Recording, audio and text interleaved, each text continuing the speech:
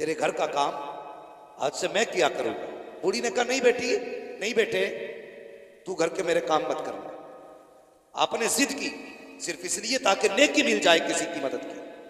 तो बूढ़ी कहने लगी तू है कौन? अम्मा मुझे उमर कहते हैं, मुझे उमर कहते हैं, माँ इजाजत दे तेरे घर के काम करूं।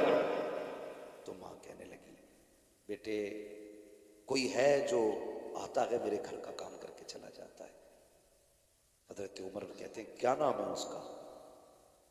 तो बूढ़ी कहने लगी नाम तो उसने आज तक नहीं बताया, आज तक उसने नाम नहीं बताया, आज तक नाम नहीं बताया उसने। अच्छा, फिक्र हुई कि चलो आता कब है? का रात को आता है या किसी भी वक्त आता है, काम कर जाता है। हजरत उमर कहने लगे देखूंगा कौन है वो। खड़े हो गए, आधी रात गुजरी ना देखा कोई नंगे पैर दबे पैरों से आ रहा था, चेहरे पे कंबल पड़ा है। और जैसी दरवाजे पे आया हजरत उमर ने चुपके से आके कंधे पे हाथ रखा, आने वाले जरा नाम तो बता तू है कौन? अल्लाह अकबर, इतना सुना है। आने वाले ने जैसी कंबल चेहरे से हटाया हजरत उमर फारूक आजम की चीख निकल गई। क्या देखते हैं वो छुप के आने वाला नबी का अबू बकर सिद्दीक है, वक्त का अमीरुल मोमिनीन है, अपने वक्त का खलीफा है। हैरत में है, कहते हैं अमीरुल मोमिनीन बता तो सही रात में क्यों आते हो? यार ताकि नेकी किसी पे खुल ना जाए इसलिए सन्नाटे में आता हूं। कहा ये तो बताइए चप्पल जूता क्यों नहीं पहना? कहा इसलिए नहीं पहनता हूं कहीं मेरी आहट से किसी की आंख ना खुल जाए, अगर आंख खुल गई तो बात पता चल जाएगी, अगर ये नेकी का पता चल गया तो हो सकता है कयामत में खुदा मुंह पे मार दे। और यार अबू बकर हो करके अगर नंगे पैर जा करके चुप करके नेकी करता है तो बता तुझे किसने हक दे दिया है कैमरे के आगे किसी गरीब की गरीबी का मजाक उड़ाया?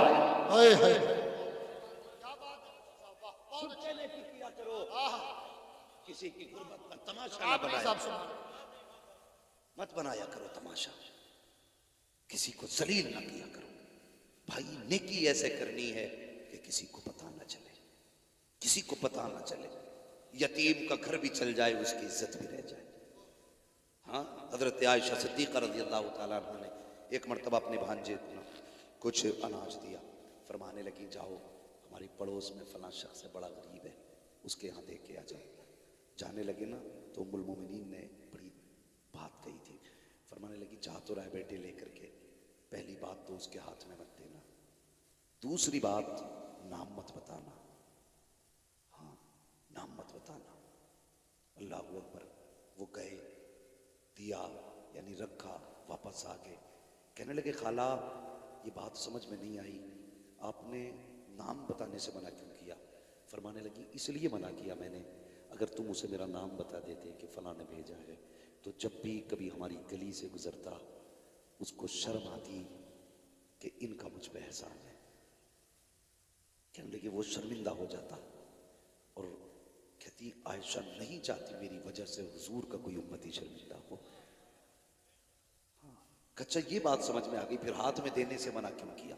देखो यार इसे नेकी कहते, हाथ में देने से मना क्यों किया? फरमाने लगी इसलिए कि हमेशा लेने वाला हाथ नीचे रहता है, देने वाला हाथ ऊपर रहता है। आयशा ये भी नहीं चाहती मेरी वजह से किसी का हाथ नीचे रह जाए, मेरी वजह से किसी का हाथ नीचे रह जाए। इसे कहते हैं नेकी का शौक, इसे कहते हैं नेकी। ये भी कोई मसला है यार कि हम दिखा के कहते मैंने फला यतीम को कपड़े बनाए भाई, नहीं भाई इस बार मैंने यार इतने लोगों को फला को बनवाए, उस पर कुछ नहीं था, वो आया मेरे पास जूता टूटा था मैंने कहा चल ले ले यार। ये नेकी है? कोई नहीं है नेकी। इसे नेकी नहीं कहते, इसे जलील करना कहते हैं। सामने वाले को जलील करना कहते हैं, किसी को जलील ना करो। गरीब भी अपनी इज्जत रखता, अमीर भी अपनी इज्जत रखता है, सबको इज्जत दिया करो, अल्लाह आपको इज्जत अता फरमाएगा, अल्लाह आपको इज्जत अता फरमाएगा। मैं बस बात खत्म करने लगा, फरमाएगा ए ईमान वालों अपने आप को और अपने घर वालों को जहन्नम की आग से बचाओ, अपने घर वालों को जहन्नम की आग से बचाओ। तो कोशिश क्यों नहीं करते जहन्नम की आग से बचाने की? क्यों नहीं करते? आज सैगम भाई सब कहते हैं यार 20% है, कुछ भी ना होगा, 20% है, क्या कर लोगे? तुम नहीं जानता, जब तुम्हें ये एहसास हो कि कम लोग कुछ नहीं कर पाते तो इस्लाम कहता है कि जंगे बद्र देख लिया करो। और जब तुम्हें अपनी कसरत पे घमंड हो तो जंगे हुनैन देख लिया। ये इस्लाम की तारीख है। तुम कभी भी कसरत से कामयाब नहीं हुए, खुदा की रहमत से कामयाब हुए। खुदा की रहमत से कामयाब हुए। तुम कभी भी कम होने की वजह से जलील नहीं हुए, हमेशा अपने घमंड की वजह से तुम शर्मिंदा हुए। जब जब तुमने ये सोचा हम बहुत हैं, हम यूं हैं, हम ये हैं, तभी तुम्हें जलील होना है। ये जलील होना है। वो किसी ने कहा था, मिटा दे अपनी हस्ती को अगर कुछ मर्तबा चाहे, कि दाना खाक में मिलकर गुले गुलजार होता है। एक बात याद आ रही है, बता दो। जरूरत इस वक्त की ये नहीं है कि हमारी तादाद बढ़ जाए, जरूरत इस वक्त की है कि हम सब के सब इकट्ठे हो के हुजूर की चौखट पे आ जाए। इस वक्त ये जरूरत है, हुजूर की चौखट पे आ जाए। चर्बी चढ़ गई है लोगों की। हर जमात, शिया अपनी जमात बढ़ाने पे लगे, राफजी अपनी जमात बढ़ाने पे लगे, खारजी अपनी जमात बढ़ाने पे लगे, वहाबी अपनी बढ़ाने पे लगे हैं, सब अपनी अपनी बढ़ाने पे लगे। हम हैं कि अपनी काटने, हम अपनी जमात को काटने पे लगे, हम घटाने पे लगे। निकालो इसे। ये मौलवी ठीक नहीं, ये पैसे लेता है, ये हंसाता है, ये बातें करता है। अपना काम करना। खुदा तू नहीं है, खुदा वो है जिसने पैदा किया है। तुझे हिसाब नहीं देना, हिसाब उसे देना है जिसने पैदा किया। अपनी सोच, दूसरे की फिक्र मत कर। हम एक दूसरे की जड़ें काटने पे लगे। मिटा दे अपनी हस्ती को अगर कुछ मर्तबा चाहिए, कि दाना खाक में मिलकर गुली गुलजार होता है। खत्म कर अपने आप को। ये मैं खत्म कर दे, अना खत्म कर दे। जब मस्जिद में जाके तू ये सोचेगा ना मैं नमाज पढ़ने आया हूं, अल्लाह सजदे मुंह पे मार देता है। तूने ये सोच भी कैसे लिया मैं आया? ये वो चौखट है, एक ही सफ में खड़े हो गए महमूद व अयाज, ना कोई बंदा रहा ना कोई बंदा नवाज। खत्म करो अपने आप को, अना खत्म कर दो, मिटा दो, भूल जाओ कि हम भी कुछ हैं। अगर छोटे से भी गलती हो जाए तू माफी मांग ले, क्या चला जाएगा? उससे कहते माफ कर दे, कसम खुदा की। इतना कह दोगे ना, खुदा भी राजी हो जाएगा, मुस्तफा भी राजी हो जाएगा। सारे करबला वालों से मोहब्बत करते हैं कि नहीं? सबको हसनैन करीमैन से प्यार है ना? अल्लाह ताला हमें उनकी मोहब्बतों का सदका अता करे। मैं सिर्फ एक बात कहना चाहता हूं, हसनैन करीमैन दोनों भाइयों में किसी बात को लेकर के नाराजी होगी। 3 दिन गुजर गए ना, 3 दिन गुजरे तो इमाम हुसैन ने इमाम हसन को खत लिखा। कहा भाई नाना की हदीस याद नहीं है कि मोमिन से 3 दिन से ज्यादा नाराज नहीं रहना चाहिए? ये लिखा तो उधर से खत आया, नाराज है दोनों, मिलने नहीं आए। इमाम हसन ने खत लिखा, फरमाने लगे फिर तुम क्यों नहीं आए? तुम मुझसे कह रहे हो ना कि नाना ने कहा 3 दिन से ज्यादा नाराज नहीं रहना चाहिए, तो तुम ही आ जाते। इमाम हुसैन ने खत में लिखा, भाई फरमाया गया जो पहले रूठे हुए को सलाम करेगा पहले वो जन्नत में जाएगा, बाद में माफ करने वाला जन्नत में जाएगा। कहते मेरा जी चाहता है भाई पहले आप आ जाओ ताकि मुझसे पहले जन्नत में आप जाओ। यार ये वफाएं थी, ये मोहब्बतें थी, और ये एक दूसरे के लिए इज्जतें थी। कहते मैं नहीं चाहता मुझसे पहले, मैं आपसे पहले छोटा होकर जन्नत में जाऊं, मैं तो ये चाहता हूं आप बड़े हैं, पहले जन्नत में आप जाएंगे, आपके पीछे पीछे आपका छोटा भाई हुसैन जन्नत में। हम देते हैं अपने बड़ों को। हाँ को अपनी आना खत्म कर दो, कुछ भी नहीं, फिर जी के देखो। कसम खुदा की खा के कहता हूं, मिंबर पे बैठा हूं, जो मजा फकीरी में जीने का है ना वो किसी शहंशाही में नहीं आता। एक बुजुर्ग गुजरे, थके तो नहीं अभी आप? जरा सारे कहते हैं रसूल अल्लाह। हाँ थकना तो मुझे चाहिए, मैं उड़ीसा से चल करके आया और अभी सोया नहीं हूं मैं 1 घंटा भी, 24 घंटे से ऊपर जागते हुए हो गए। मगर ये है बहुत अच्छा आप सुन रहे हैं, अल्लाह आपकी समातों को सलामत रखे। हाँ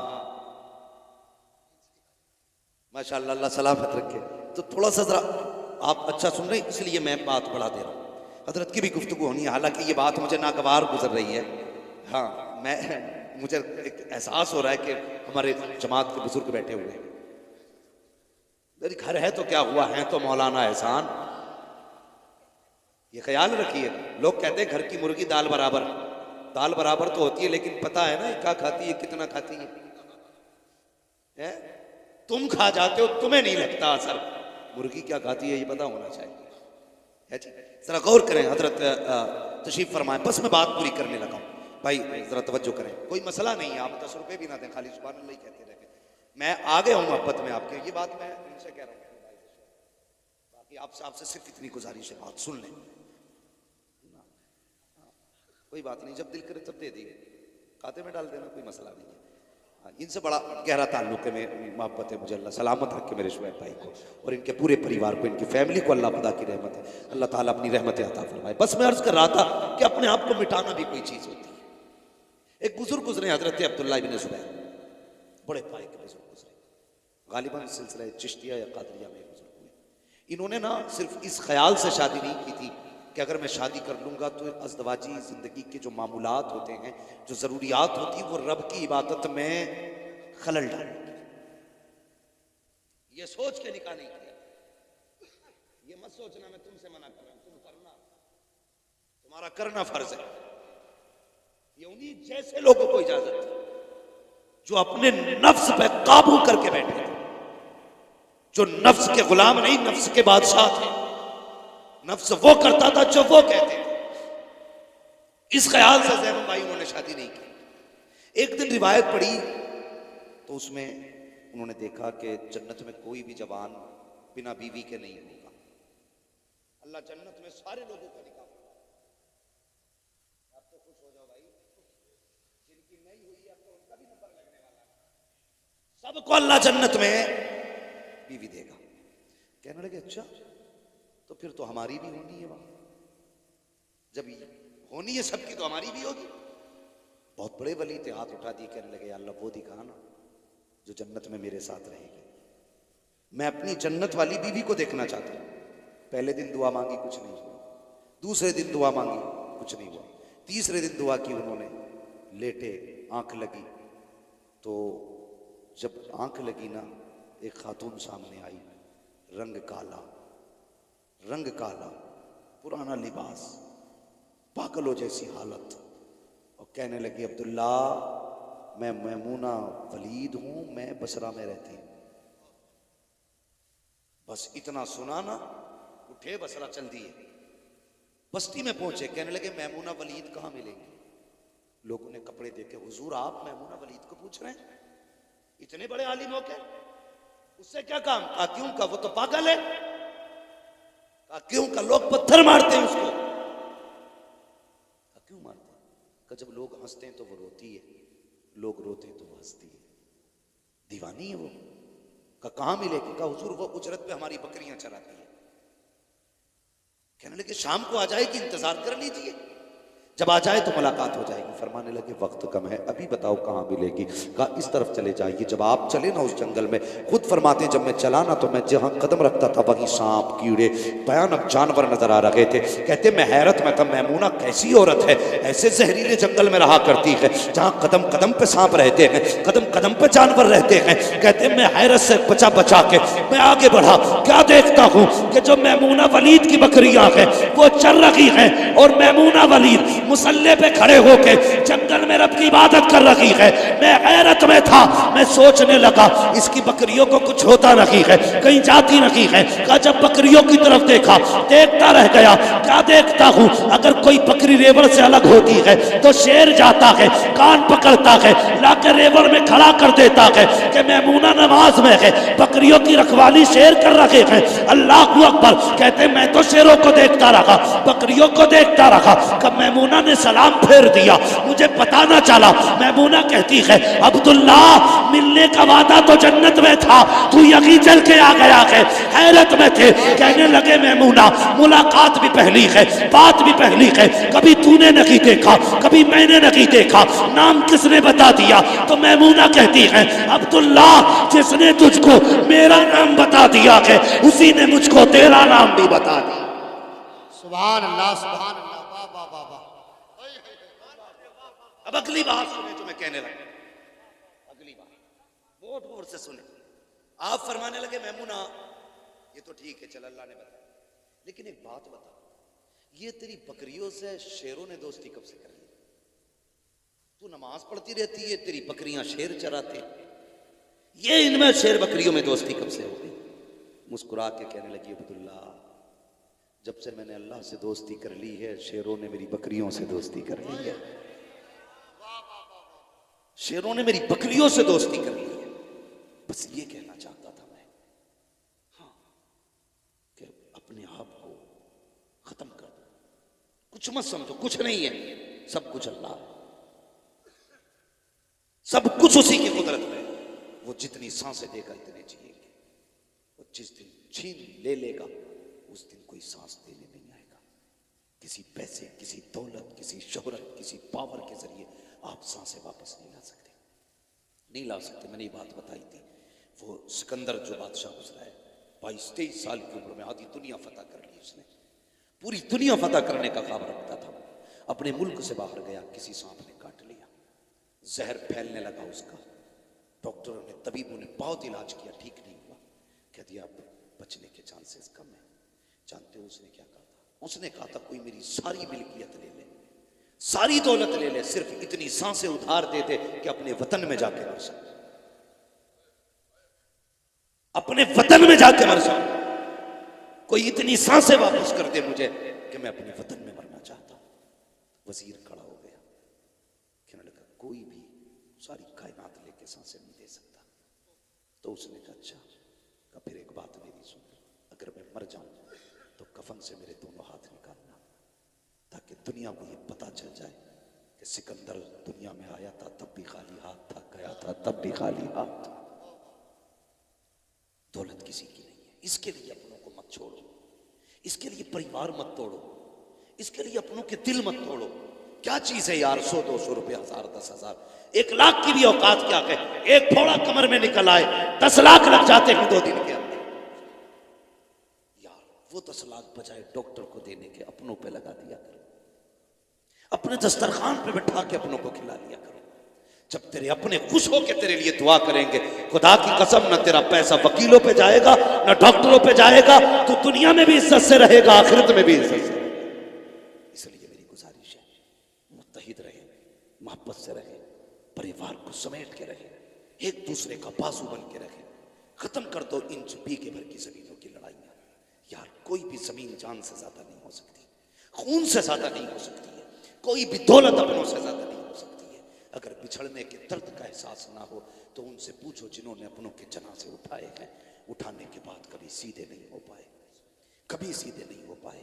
ये वो हैं जो किसी बाजार में नहीं मिलेंगे, किसी मेले में नहीं मिलेंगे, किसी कारखाने में नहीं मिलेंगे।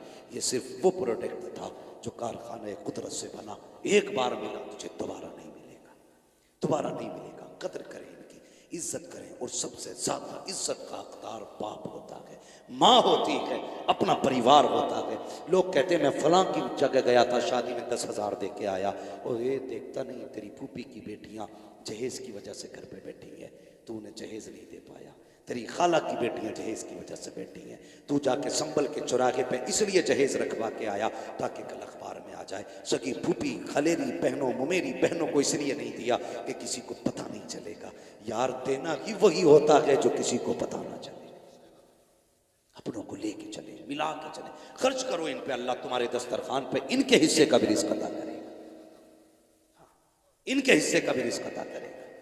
तवज्जो है ना सारे लोग? फरमाया ईमान वालों अपने आप को और अपने घर वालों को जहन्नम की आग से बचाओ, संभालो खुद को, परिवार को संभालो, मोहब्बतें बांटो, प्यार बांटो, और बस इतना कहो कि जब भी वक्त मिले हुजूर पे दुरूद पढ़ लिया करो। ये वजीफा आम करो, हुजूर पे दुरूद पढ़ने का वजीफा। इंशाअल्लाह कभी फिर गुफ्तगू होगी तो इस मौजू पे भी बात की जाएगी। बस जो हुए गलातुन को माफ फरमाए रब्बे कायनात।